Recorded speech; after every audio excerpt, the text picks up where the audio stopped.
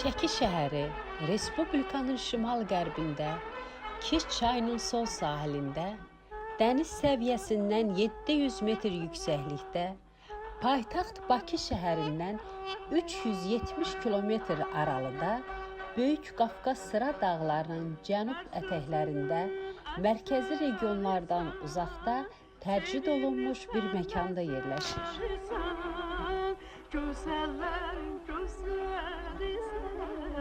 1920-ci il may ayının 5-də Şəkidə Sovet hakimiyyəti quruldu. 1930-cu ildə Azərbaycan SSR-nin inzibati ərazisi bölgüsündə dəyişiklik edildi və Nuxa rayonu təşkil edildi. 1963-cü il yanvar ayının 4-də Nuxa rayonu ləğv edilərək ərazisi Oğuz rayonuna verildi. Respublika tabeçiliyində Nuxa şəhəri yaradıldı. 1965-ci ildən yenidən müstəqil Nuxa rayonu təşkil edildi. 1968-ci ildə ərazi Şəki şəhəri adlanmağa başladı.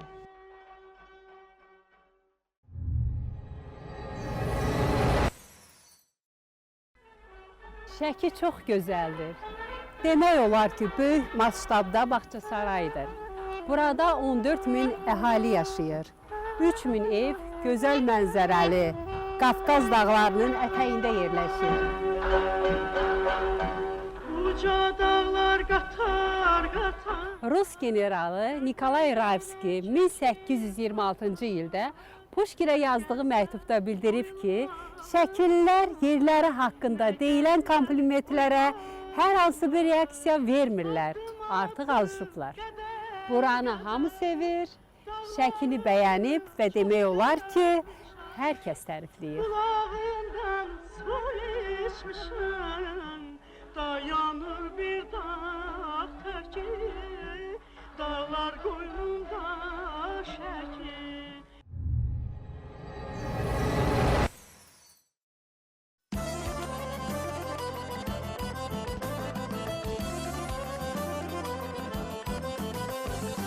Meşələrdə palıd, fıstıq, qoz ağacları üstünlük təşkil edir. Şəkinin heyvanat aləmi də zəngindir. Füsunkar təbiəti, nadir tarix memarlıq abidələri, inkişaf etmiş sənətkarlıq, zəngin tarixi məbədi irsin qorunması nəticəsində Şəki Azərbaycanın mühüm turizm regionuna çevrilmişdir.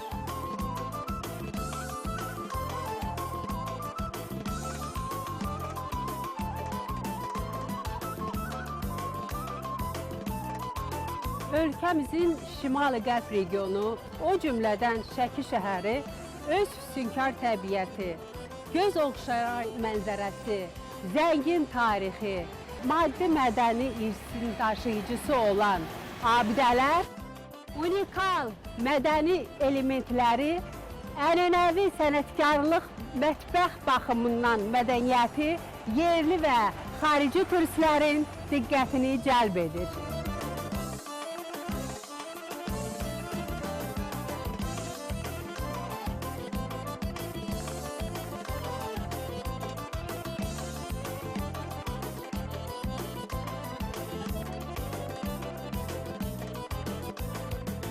Köhnə Şəki 18-ci əsrin Hacı Çələbinin inşa etdiyi Narın qala divarlarının əhatəsindədir.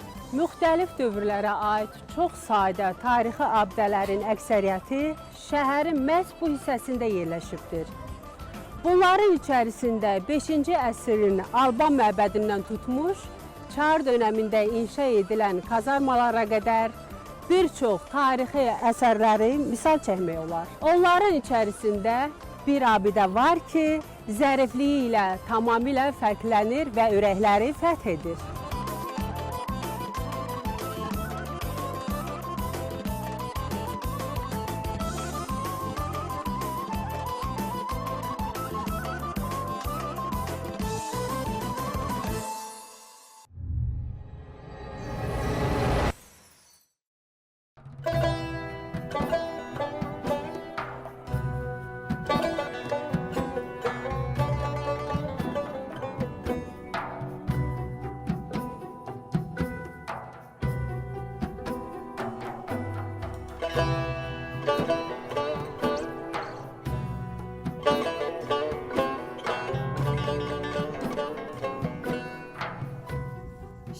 Şəhidlər Xiyabanı. Burada vətənimizin müstəqilliyi, xalqımızın azadlığı, sərhədlərimizin bütövlüyü uğrunda canlarını fəda etmiş mərd qardaşlarımız uyuyurlar. Bura gələn hər kəs şəhidlərin ruhu qarşısında baş əyir, and içir. Vətəni, doğma Azərbaycanımızı sizin kimi sevəcəyik. Nur içində yatasız.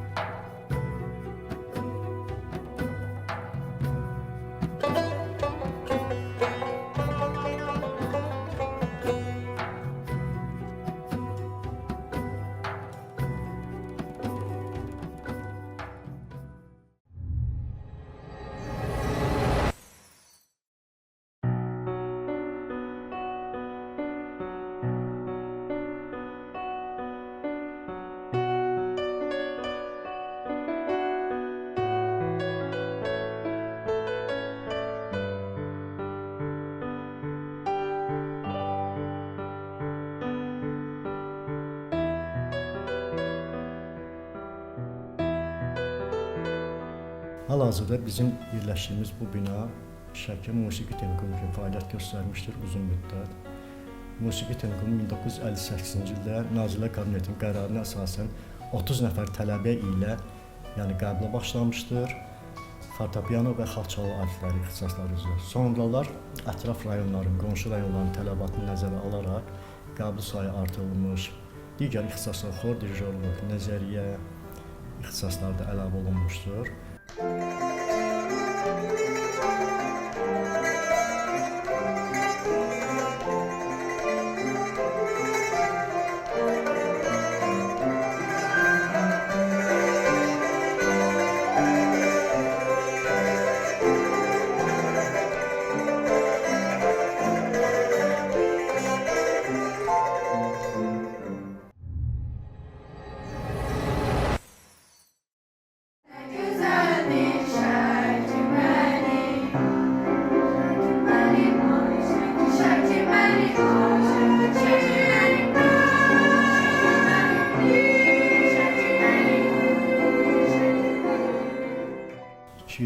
Tələbəmiz var hal-hazırda.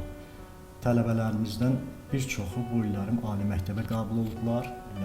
Artıq olan müvəffəqiyyətlərindən bizim xəbərimiz var. Qabiliyyət imtahanlarını veriblər. Kollecimizin çox belə gözəl tarixi var. Bəstəkarlardan Cavanşir Quliyev burada təhsil almışdır. Tarix ixtisası üzrə oxumuşdur. Sonra konservatoriyada bəstəkarlar ixtisası üzrə qəbul olmuşdur. Tanınmış bəstəkarlardan Xəlil Cəfərov burada işləmişdir. Bir çox Akif Abdullayev işləmişdir. Kollecimizin çox gözəl müəllim heyəti var hal-hazırda. Hansı ki, tələbələrimiz bu müəllimlərin öyrətdikləri əsərlərlə respublika müsabiqələrində çox gözəl çıxış edirlər.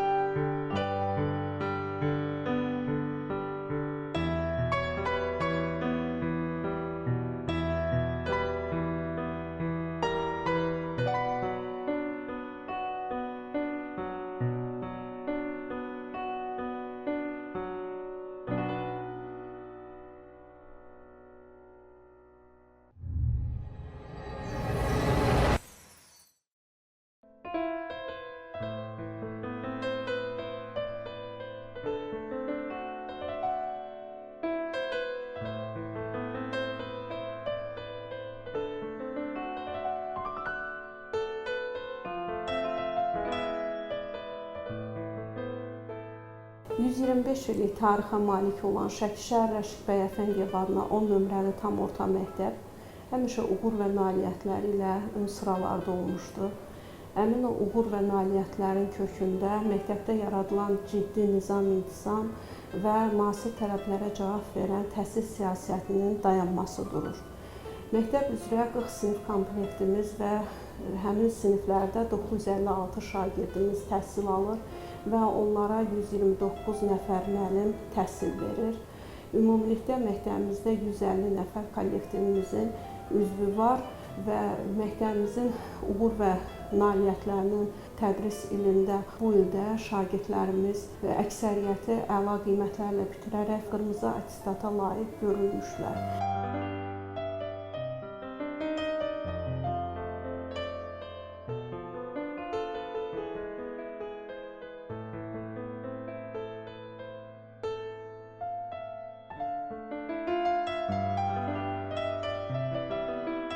Məktəbimiz şəhərdə seçilən məktəblərdən biridir. Çünki yeganə məktəbdir ki, bir çox layihələr artıq bizim məktəbimizdə icra edilir. Məktəbimizdə 2019-2020-ci tədris ilindən başlayaraq peşə təməlli siniflərin fəaliyyətinə görə ilk 20 məktəb sırasında adı çəkilmiş və artıq 4 ildir ki, peşə təməlli siniflərin fəaliyyəti bizim məktəbimizdə uğurla həyata keçirilir. Həmçinin məktəbimizdə rəqəmsal bacarıqlar, sistem layihələri tətbiq edilir və bu layihələrin hər biri də uğurlu icra edilir. Bu da təbii ki, müəllimlərimizin uğurlu fəaliyyətinin nəticəsidir.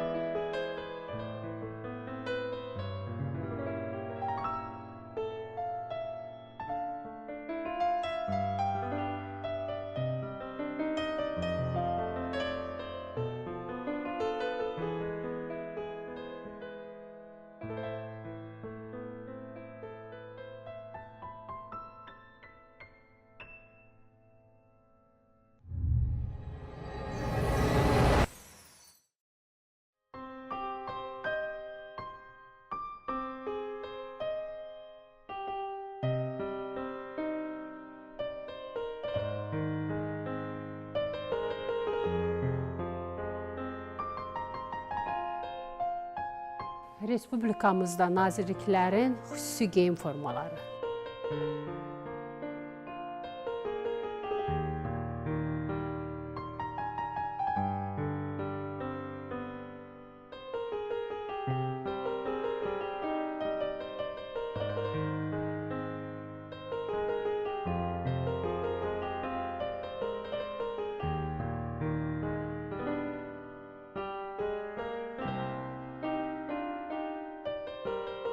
Mavi gözlüm, al yanaqlım, yaşıl donlum, ay ulduzlu bayrağım, daim zirvələrdə ol.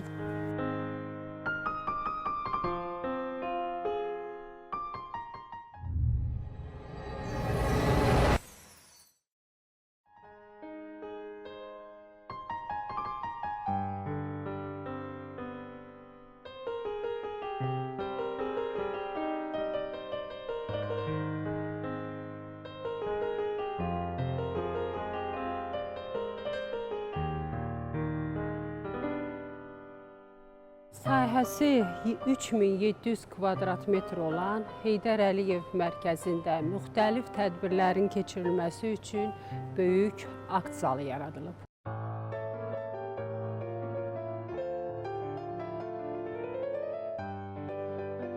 Mərkəzdə Ulu Öndərin mənalı həyatı və çox şaxəli fəaliyyətinin müxtəlif dövrlərini əks etdirən fotolar və eksponatlar yer alıb.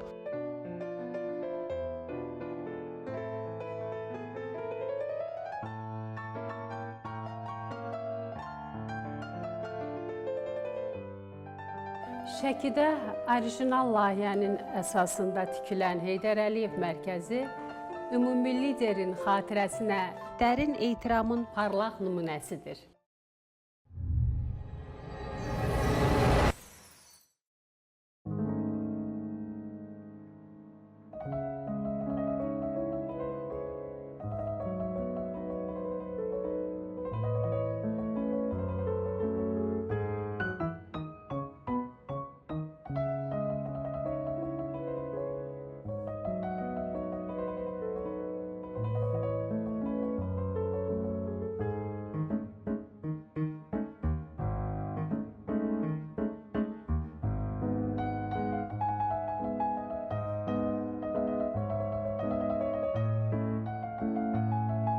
Gözəlliyi ilə insanları özünə cəlb edən, adından da məlum olduğu kimi, müstəqil Şəki xanlığının hökmdarının rəsmi iqamətgahı olubdur.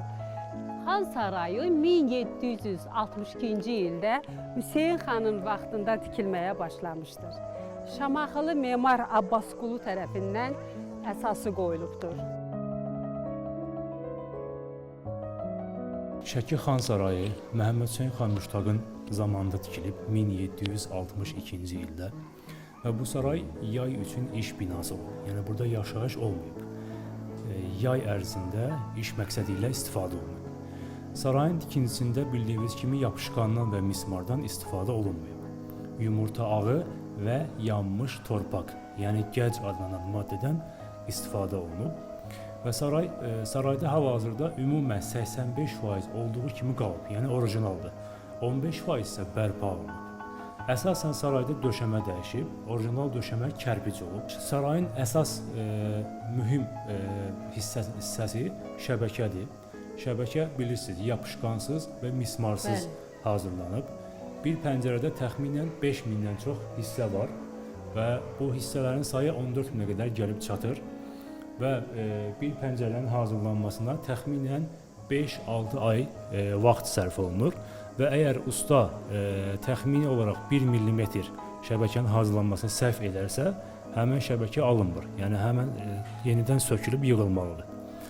Şəbəkələrdə ümumən yuxarı hissələr orijinal qalıb, aşağı hissə isə bərpa gedib. Baxanda hiss olunur. Misal üçün göy hissələrə baxsaq, burada açıq və tünd rəngli göylər var. Açıqlar orijinal qalıb. Tündlər isə yenidir, bərpadır. Orijinal şüşələr xanlıq dövründə İtaliyadan gətirilib, bərpa şüşələri isə 2002-ci ildə Rusiyadan gətirilib və sarayın divar rəsmləri təbii boyalarla işlənilib. Yerli bitkilərdən hazırlanmış ağac kökləri, otlar, çiçəklər və həmçinin yumurta sarısından hazırlanmış boyalarla boyadılıb. Neçə otaqdan ibarət? Saray ümumən 6 otaqdan ibarətdir, 2 mərtəbə və 4 dəhlizdən ibarətdir. Saraya 2 giriş qapısı var yan tərəflərdən.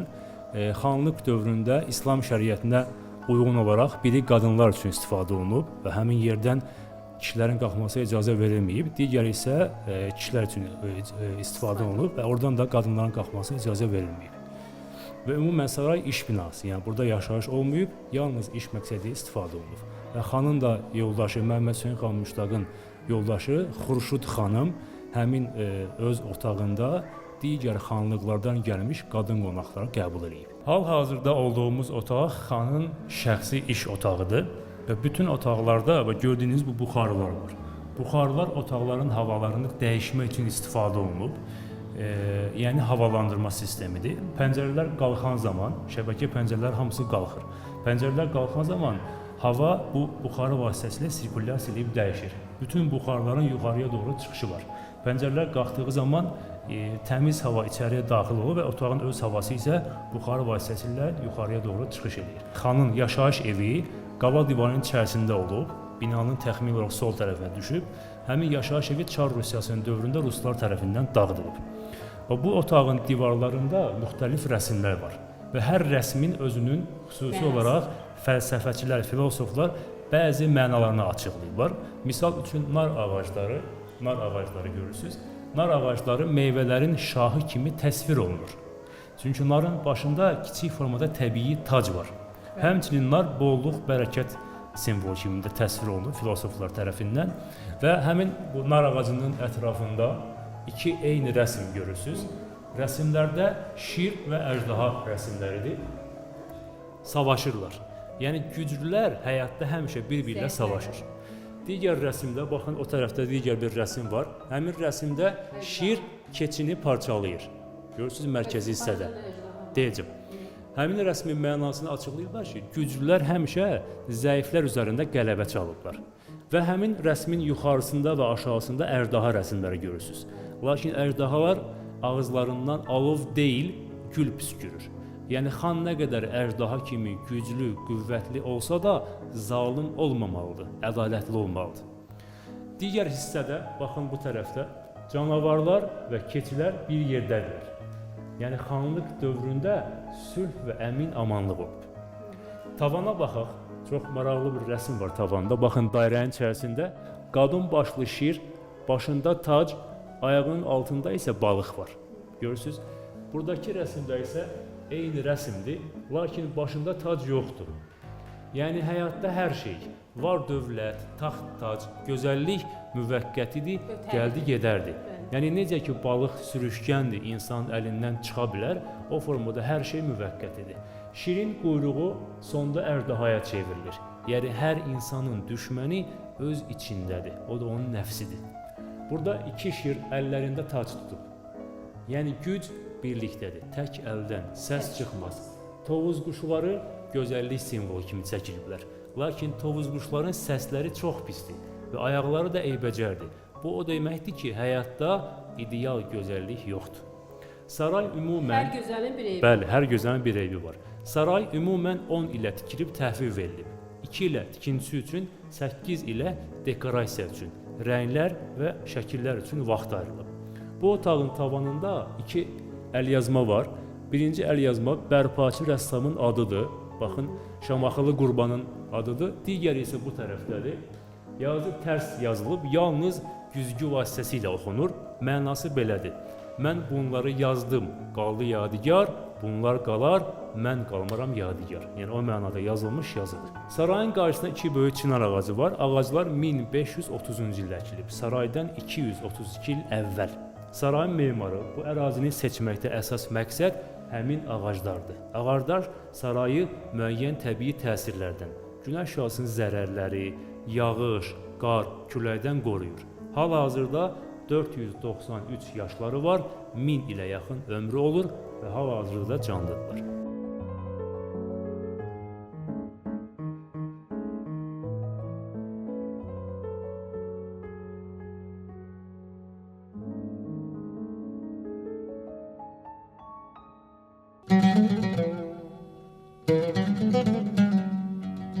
Şəbəkə möcüzəsi sayılan Xan Sarayının yanında bu sənəti yaşadan ustaların emalatxanası yerləşir.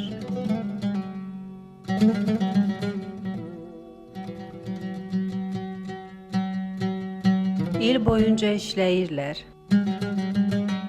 Şəbəkənin necə yarandığını və bu işin incəliyini burada işləyən sənətkarın özündən soruşaq. Bu sənət bizdə 4 nəsil davam edir. Atam, babam, çoxum bu işlə məşğuldur. Uşaqlıqdan məşğulam. Yəni 50-ci ildə Xan Sarayı atam bərpa eləyib. Sonra 2002-2004-də mən bərpa eləmişəm. Bu çox maraqlı sənətdir. Baxın, burada hamısı belə yığma, şəbəkə, xırda, şüşə taxtalardır. Yapışqandan, mismardan burada istifadə olunmur. Baxın, sir verin. Burada taxtalar birləşir bir-birinə və hər detalda belə çıxıntılar, girintilər var. Sonra bu taxta gəlir bunu bağlayır belə. Sonra burada şüşə yeri var, şüşə qoyulur. Yəni burada 1 millimetr səhv olursa alınmır. Fikir verin, burada dəqiqlik lazımdır. Burada həndə keçidlər bir-birinə uyğun gəlməlidir. Burada həndəsə, riyaziyyat, rəsm xətti mütləq lazımdır. Yəni bu bir sənətdir, həm də elmdir. Amma Xan Sarayında çox xırda hissələrdir. Biz oranı bərpa eləyəndə pinsetdən işləmişik. Təsəvvürləyin 1 santimetr taxtada 7-8 əməliyyat edir. Hamısını dəqiq hazırlamaq lazımdır. İndi o vaxtda deməli şüşələr Murano şüşələri olur. 1 millimetrdir. Murano gəlir və Venesiyadan. İndicilər 3 millimetr. Kənardan, turistlərdən sifariş götürürsünüz? Bəli, bizim işlər bütün dünyanı bəzəyir. Bizim işlər Vatikanda, İngiltərədə, Fransada, Amerikada, həm də burada turistlər gəlir bizə, bizim əl işlərinin aparırlar. Çox belə maraq göstərirlər bizim işlərə. Neçə gün vaxt sərf eləyir? Məsələn, bir pəncərəni, bax bu pəncərəni düzəltmək üçün. Bu pəncərə, burada 6000 taxta parçası var. 3 aya yığmışıq bunu, 3 aya. Tacir bura gəlir, buradan çıxa bilir, məhətlər qalır, saatlarla maraqlanır, sual verir. Ona görə ki, dünyada belə bir sənət yoxdur. Dünyada. Bu ancaq Azərbaycana xas olan sənətdir.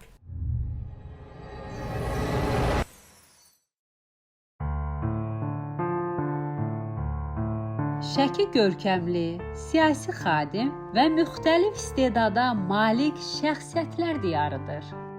Şəkinin görkəmli şəxsiyyətləri. Şəki xanlığının yaradıcısı Hacı Çələbi xan. Azərbaycan dramaturqu, maarifçi, şair, filosof və ictimai xadim, görkəmli yazıçı Mirzə Fətəli Axundzadə. Azərbaycan Demokratik Respublikası hökumətinin başçısı Fətəli xan Xoyski. Əhmədiyyə Cəbrayılov 1941-1945-ci ildə Fransanın fəxri qəhrəmanı. Lütfəli Abdullayev Azərbaycanın xalq artisti. Azərbaycan xalq şairi Bəxtiyar Vahabzadə. Azərbaycan Respublikasının xalq artisti, Şöhrət ordeni laureatı, Şərqdə ilk opera yazan qadın bəstəkar Şəfiqə Axundova. Azərbaycanın xalq artisti, Emin Sabitoğlu. Cavanşir Quliyev, Azərbaycan bəstəkarı, Azərbaycan Respublikasının əməkdar incəsənət xadimi. Abid Şərifov Azərbaycan Respublikası Prezidentinin fərman və sərəncamları ilə bir neçə dövlət komissiyalarına başçılıq edib. 20 iyul 1995-ci il tarixindən 21 aprel 2018-ci ilə qədər Azərbaycanın Respublikası Baş Nazirinin müavini vəzifəsində çalışmışdır.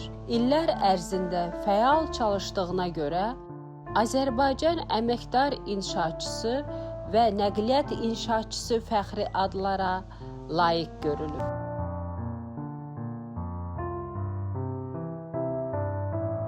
Adları çəkilən şəxsiyyətlərlə yanaşı, Şəki başqa görkəmli şəxslərin də ana yurdudur.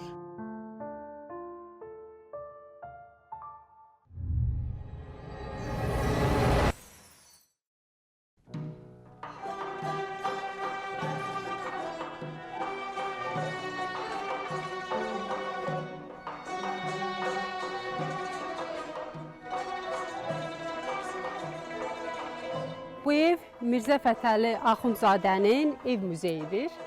1812-ci ildə Mirzə Fətəli Axundzadə bu evdə dünyaya gəlibdir.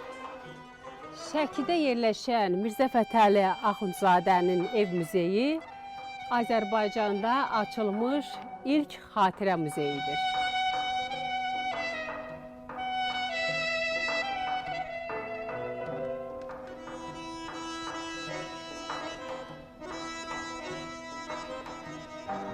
Göründüyü kimi ev 1800-cü ildən Şəki memarlıq ənənəsi ilə çir kərpişdən inşa olunmuşdur. 2 otaq, 1 eyvan və zirzəmidən ibarətdir. Mərtəbələr arasında ağac konstruksiya var. Buxarısı və binanın şərq üslubunda tikildiyini əks etdirir. Vaxtilə bu həyətdə daş və kərpiçdən ibarət olubdur. Şərq üslubunda kərpiç tağlı darvaza olubdur və bu həmin həyətdə Mirzə Fətəli Axundzadənin əmilərinə məxsus 2 mərtəbəli zirzəmili başqa bir həyət evi mövcud olubdur. Mən Rəhimova Sevda, Mirzə Fətəli Axundzadənin ev muzeyində 30 ildir işləyirəm. Yəni Mirzə Fətəli Axundzadənin ev muzeyi Şəki şəhərində Yuxarı Baş Tarix Memarlıq Qoruğu ərazisində yerləşir. Mirzə Fətəli Axundzadə, yəni bu evdə gördüyünüz bu evdə dünyaya göz açıb, burada uşaqlıq və gənclik illərini keçirib. 30-cu illərdən sonra onun həyatı Tiflis mühiti ilə bağlanıb. Yəni bizim bu muzeyimizdə Axundzadənin doğulduğu bu evdə onların ailəsinə məxsus məişət əşyaları, onun anasına məxsus əşyalar və ümumiyyətlə 600-ə qədər, yəni eksponat muzeyimizdə nümayiş olunur.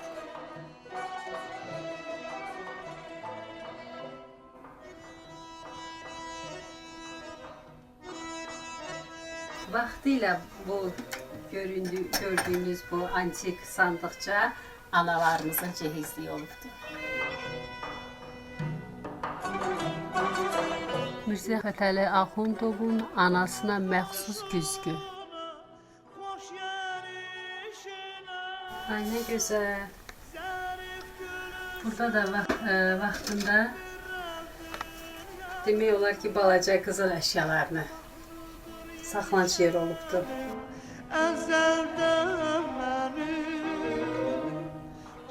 Həmin bu gördüyünüz sandığı da keçmişdə belə deyək də nənələrimizə cehiz mütləq hər bir gəlinin cehizində bu sandıq olmalı idi. Üstünə də yorğan döşəklərini, yüklərini yığırdılar.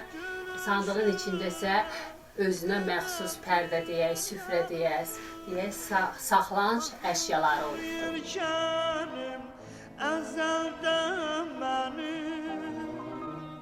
Deməli, gördüyünüz bu zal Mirzə Fətəli Axundzadənin həyat və yaradıcılığına həsr olunmuş ekspozisiya zalıdır. Yəni bu zal 2012-ci ildə Mirzə Fətəli Axundzadənin 200 illik yubileyi münasibəti ilə tikilmiş zaldır.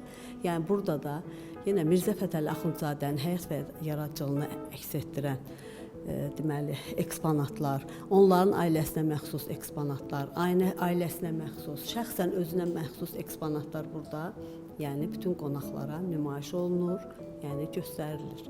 Yəni Mirzə Fətəli Axundzadənin polkovnik rütbəsində çəkilmiş portretidir. Yəni 1873-cü ildə polkovnik rütbəsi qazanır. Tofiq Kərimov, yəni ona həsr edib. Bu mebel Mirzə Fətəli Axundzadənin ailəsinə məxsus mebeldir. Yəni burada gördüyünüz yağlı boya ilə çəkilmiş portretlər, yəni bu Mirzə Fətəli Axundzadənin mənəbəsi atası Axund Hacı Ələsgərin portretidir. Bu anası Nanə xanımın portretidir. Bu həyat yoldaşı Tubu xanımın, bu isə qızı Nisə xanımın portretidir.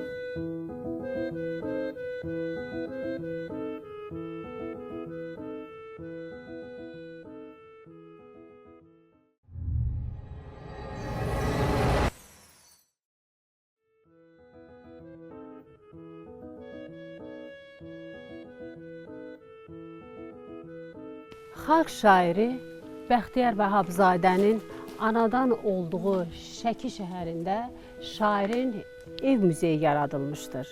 Muzey 2018-ci ildə Şəki və Şəkiyə gələn qonaqların istifadəsinə verilmişdir. Muzey şəhərin qədim tarixə malik olan hissəsində yerləşmişdir. Bu məkanın təbii gözəllikləri də gələn qonaqları heyran edir.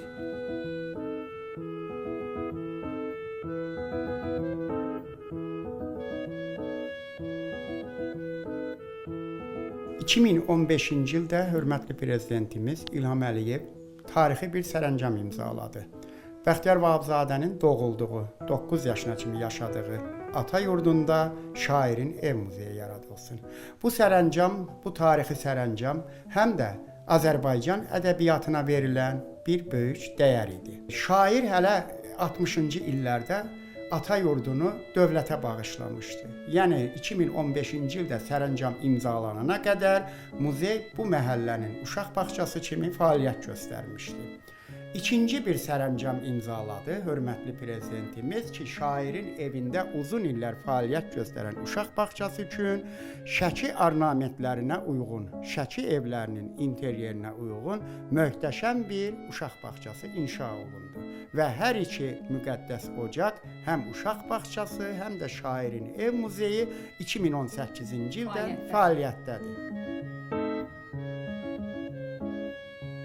Muzeydə şairin yazı masası, ona məxsus kitab dolabı, şəxsi əşyaları və kitabları, özünün yazdığı kitablar və ona hədiyyə olunmuş kitablar və onlarla dəyərli əşyalar sərgilənmişdir.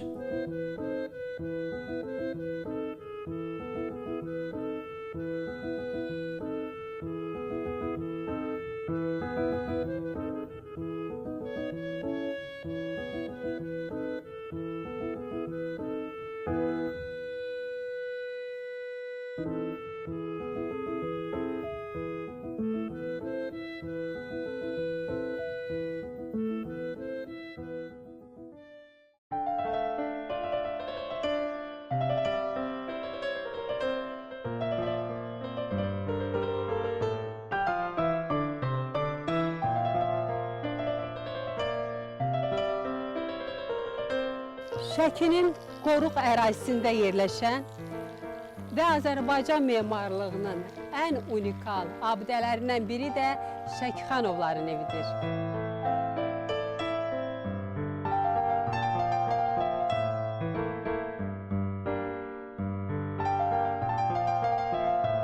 Şəkixanovların evi saray tipli evdir. 18-ci əsrin ikinci yarısında inşa olunub. Uzun illər qəzalı vəziyyətdə qaldığı üçün 10 il öncə əsaslı bərpa olunub. Demək olar ki, 2014-cü ildən muzey kimi fəaliyyət göstərir və ev 6 otaq 4 dəhlizdən ibarətdir. Birinci mərtəbə yalnız xidmətçilərin yaşayışı üçün nəzərdə tutulmuşdur. İkinci mərtəbə isə xan ailəsi üçün nəzərdə tutulmuşdur. Çünki Məhəmməd Hüseyn xanın hakimiyyəti dövründə inşa olunub. İkinci mərtəbədə əsas otaq, mərkəzdə yerləşən əsas otaq qonaq qəbulu üçün nəzərdə tutulmuşdu və həmin otaqda bərpa zamanı cəmi 10% bərpa işləri həyata keçirilmişdi. Şəbəkə şüşələri 18-ci əsrdə Venesiya yaxınlığı Murano adasından gətirilmişdi. Həmçinin əsas qonaq otağında yerləşən cüzcülər də həmçinin yeni Venesiyanın Murano adasından gətirilmişdi. Və ətrafında yerləşən sadə otaqları isə əsasən ibadət və yataq otağı kimi nəzərdə tutulduğundan həmin otaqlarda heç vaxt təsvirlər olmamışdı. Və deməli əsas otaqda qonaq qəbulu üçün nəzərdə tutulmuş otaqda siz divar təsvirlərindən Nizami Gəncəvinin 7 gözəl, Leyli və Məcnun, Xosrov və Şirin poemasından isə Fərhad surətini görə bilərsiniz. Çünki Məhəmməd Hüseyn xan özü də müştaq təxəllüsü ilə şeir yazdığı üçün həmin otaqda Nizami Gəncəvinin əsərlərinə müraciət olunmuşdu. Üst rəflərdə isə əks olunanlar əsasən heyvanat aləmi, onların da öz simvolik anlamı var. Aslanlar güc, qüdrət, dövlətçilik simvolu, tovuz quşu yeraltı dünyanın simvolu, ceyranlar isə gözəllik simvolu hesab olunurdu. Tavanda siz mələk təsvirlərini görə bilərsiniz. Mələk təsvirləri Avropa mədəniyyətinə dəlalət edir. Çünki əsasən Avropada kilsələrdə geniş yayılıb yarıçılpaq mələk təsvirləri. Burada isə siz Şəkixanovların tavanında isə yenə də şərqlə qərbin sintezinlə əks olunan mələkləri görə bilərsiniz. Həmçinin həmin otağın qapıları da orijinaldır. Yəni 300 ilə yaxın qapıların yaşı var. Şəbəkələrin isə 30% orijinal, 70% isə bərpa zamanı yenilənmiş və Rusiyadan gətirilmiş şüşələrdir. Yəni orijinal şüşələrin qalınlığı cəmi 1 mm. Yeni şüşələrin isə qalınlığı 3 mm təşkil edir. Çünki orijinal şüşələr əl işi olduğuna görə nazik və daha dəyərli və daha qiymətli olduğuna görə. Həmçinin yan tərəfdə yerləşən otaqlarda rəflər daha çox təşkil olunur. Çünki o dövrdə mebel anlayışı olmadığına görə rəflərdən geniş istifadə olunurdu. Rəflərdən həmçinin lampa, şam, qab, qaşıq, daha böyük taxçalarda isə yorğan döşəkdən istifadə olunurdu. Çünki yerdə otururdular və döşəkçələrdən geniş istifadə olunurdu. Həmçinin süfrələr də yerdən açılırdı. Yataq üçün də yenə də yerdən istifadə olunurdu. Ev özü bişməmiş kərpişdən inşa olunub, cildən. Çünki cil qışda isti, yayda sərin saxlayan materialdır, nəfəs alan materialdır və həmin cildən olan döşəmənin üzərindən həsirin üstündən isə xalça salınırdı. Və yenə də qeyd etdiyim kimi döşəkçələr bütün otaqlarda yerdə olurdu və tavan nə cürdürsə yerdə o cür xalçalar olub.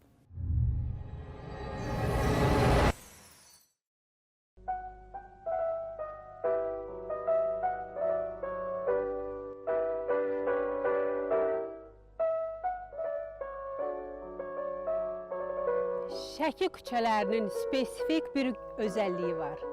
Köhnə şəhər başdan başa daşla döşənilib. Məsələ burasındadır ki, Şəkiyə tez-tez yağış yağır. Burada deyirlər ki, göydən bir damcı düşəndə Şəkiyə leysan yağır. Odur ki, yollar tez-tez yuyulub sıradan çıxmasın deyə şəkillər Şəkini başdan başa eroziya davamlı çay daşları ilə döşəyiblər.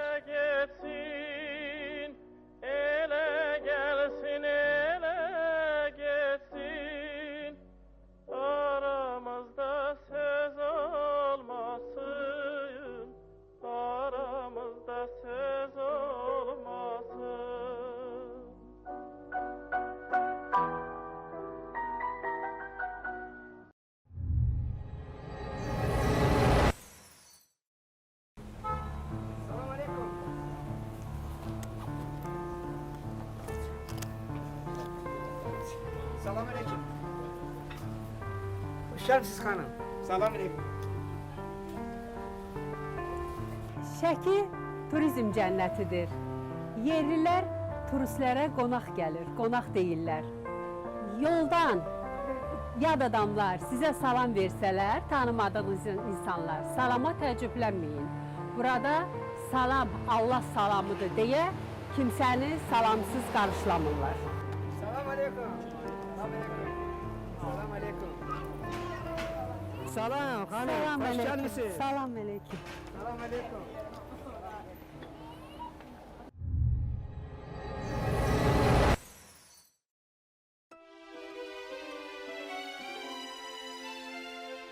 Şəki Park istirahət kompleksi. Ərazisi 4 hektar. Kotec sayı 15 ədəd.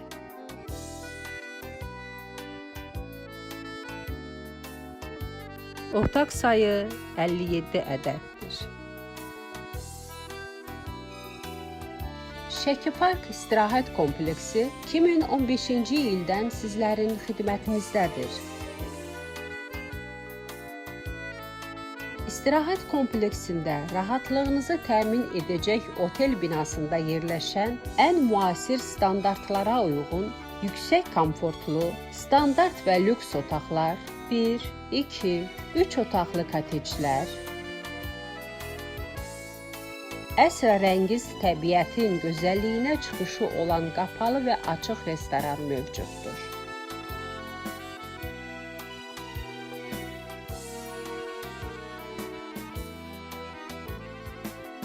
Qonaqların səmərəli istirahəti üçün Şəki Park otel fitness zalı, sauna,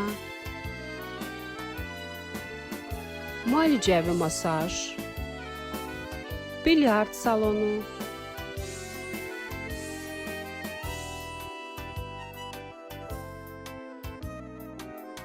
karaoke bar, voleybol meydançası, tenis kortu və açıq hovuzu ilə sizlərin xidmətindədir.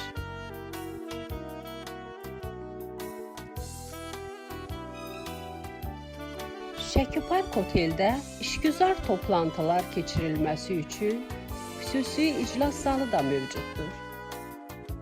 Uşaqlı valideynlərin rahat istirahət etməsini təmin etmək məqsədi ilə uşaqlar üçün xüsusi güşə də sizlərin xidmətindədir.